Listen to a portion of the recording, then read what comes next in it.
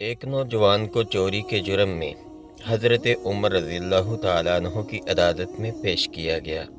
جب تفتیش کرنے پر اس نوجوان کا جرم ثابت ہو گیا تو آپ نے شرع کے مطابق ہاتھ کاٹنے کا حکم صادر فرما دیا۔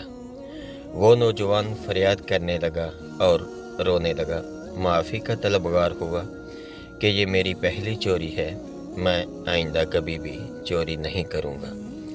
تو حضرت عمر فاروق رضی اللہ تعالیٰ عنہ نے فرمایا، تم غلط کہتے ہو، تم نے اس سے پہلے بھی کئی چوریاں کی ہیں۔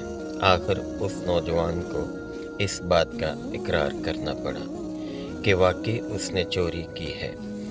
اب وہ بجائے معافی مانگنے کے اس بات پر حیران تھا کہ آپ کو کیسے میری گزشتہ چوریوں کی خبر ہوئی۔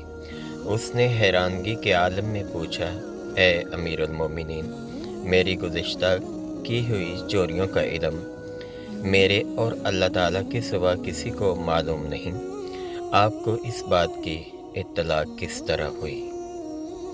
تو حضرت عمر فاروق رضی اللہ تعالیٰ عنہ نے فرمایا، بے شک اللہ تعالیٰ کسی کو بھی اس وقت تک ذلیل و خوار نہیں کرتے جب تک کہ وہ برائی کی حد سے آگے نہ بڑھ جائے۔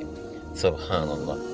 یہ تھے وہ حضرت عمر فاروق رضی اللہ تعالیٰ عنہ جن کو دیکھ کر شیطان بھی اپنا رستہ بدل لیتا تھا، اور ہمارے نبی اکرم صلی اللہ تعالیٰ علیہ وسلم نے فرمایا، اگر میرے بعد کوئی اور نبی ہوتا تو وہ عمر ہوتا۔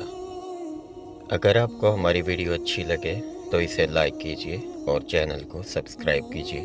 دعا میں یاد رکھیے۔ اللہ حافظ۔